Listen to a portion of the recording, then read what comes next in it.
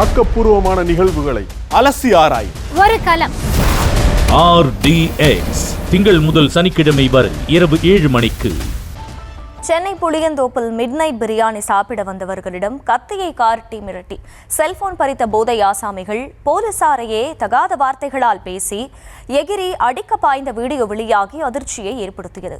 காது கொடுத்து கேட்க முடியாத அளவுக்கு ஆபாசமாக பேசிய போதை ஆசாமிகளை கட்டுப்படுத்த முடியாமல் போலீசார் திணறிய நிலையில் போதை தெளிந்ததும் புத்தியில் உரைக்கும் அளவுக்கு போலீசார் சிறப்பாக கவனித்திருக்கின்றனர்.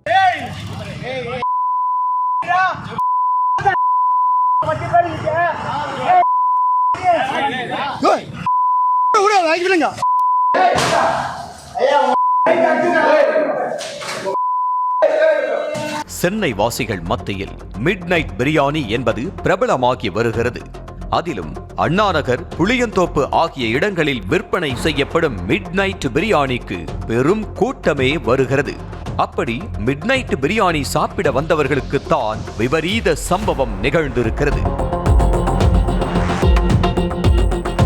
அண்ணாநகர் பகுதியைச் சேர்ந்த தாமஸ் ஆல்வா எடிசன் என்பவர் தனது பெண் தோழி லட்சுமி, நண்பர் கபிலன் ஆகியோருடன் புளியந்தோப்புக்கு மிட்நைட் பிரியாணி சாப்பிட சென்றதாக கூறப்படுகிறது. 3 பேரும் பைக்கில் ஸ்டீபன்சன் சாலையில் சென்று கொண்டிருந்த போது செங்கை சிவம் பாலம் அருகே பைக்கில் வந்த 2 பேர் தாமஸ் ஆல்வா எடிசனை வழிமறித்து கத்தியை காட்டி மிரட்டி செல்போனை பறித்ததாக சொல்லப்படுகிறது. அதிர்ச்சியான தாமஸ் ஆல்வா எடிசன் அப்போதே 100க்கு அழைத்து நடந்ததை சொல்லி புகார் கொடுத்திருக்கிறார். இதனையடுத்து சம்பவ இடத்திற்கு வந்த ரோந்து போலீசார் செல்போன் பறித்த 2 பேரையும் ஸ்டீபன்சன் சாலையிலேயே வைத்து மடக்கி பிடித்தனர்.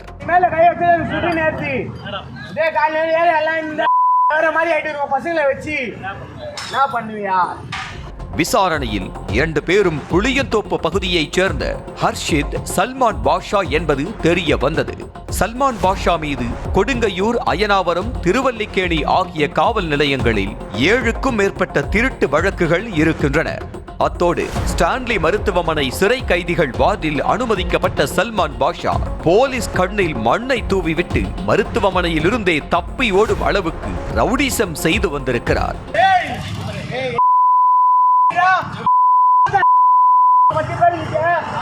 இந்த நிலையில் நிதானம் இல்லாத போதையில் இருந்த 2 பேரும் போலீஸ் மடக்கி பிடித்ததும் பிரச்சனை செய்ய தொடங்கினர்.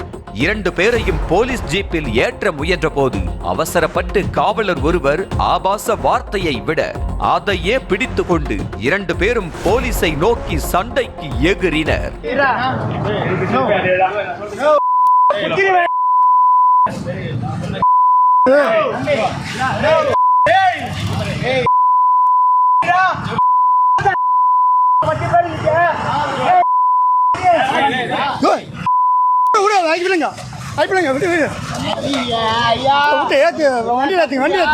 போலீஸை எட்டி உதைத்தவனை மல்லு கட்டி கண்ட்ரோல் செய்ய முயன்றனர்.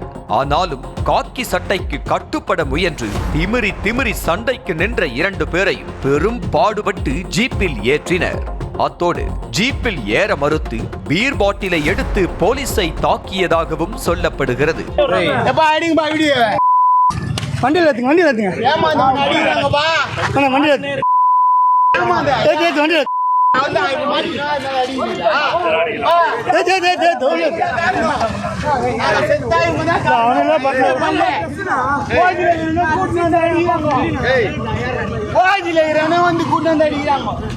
காவல் நிலையம் சென்ற பிறகும் கூட 2 பேரின் அட்ராசிட்டி அடங்கவே இல்லை. தனது தாயை பழிக்கும் வகையில் காவலர் விட்ட வார்த்தைக்காக குய்யோ முய்யோ என கதறிய சல்மான் பாஷா எல்லை மீறி இருக்கிற எல்லா ஆபாச வார்த்தைகளை பயன்படுத்தி காவலர்களை திட்டினான். காக்கி சட்டையில் இருந்ததால் பொறுத்து கொண்டு நின்ற போலீசாரின் பொறுமையை சோதிக்கும் வகையில் இன்ஸ்பெக்டர் அறையின் கண்ணாடியை உடைத்து சேதப்படுத்தினான் சல்மான் பாஷா.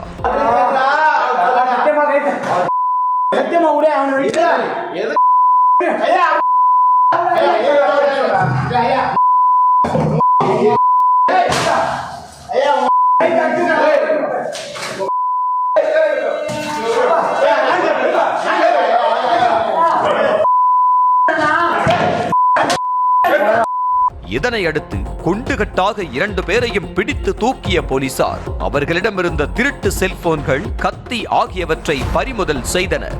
போதை ஆசாமிகள் தாக்கியதில் காயமடைந்த போலீசார் 2 பேருக்கும் சிகிச்சை அளிக்கப்பட்டு வருகிறது.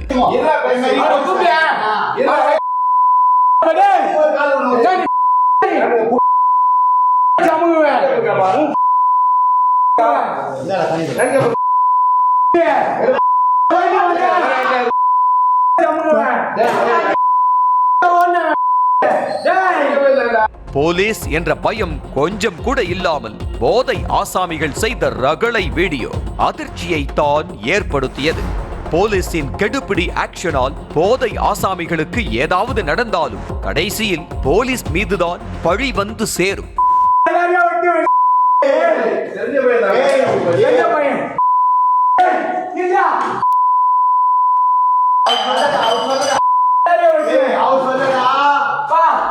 பொறுமைக்கும் ஒரு எல்லை உண்டு என்பது போல போதை ஆசாமிகளின் அட்ராசிட்டியை அமைதியாக கையாண்ட போலீஸ் போதை தெளிந்ததும் 2 பேரையும் சிறப்பாக கவனிக்க இருவருக்கும் கழிவறையில் வழுக்கி விழுந்து மாவு கட்டு போடப்பட்டுள்ளது. ஆக்கப்பூர்வமான நிகழ்வுகளை அலசி ஆராய் ஒரு களம். RDX திங்கள் முதல் சனிக்கிழமை வரை இரவு 7 மணிக்கு.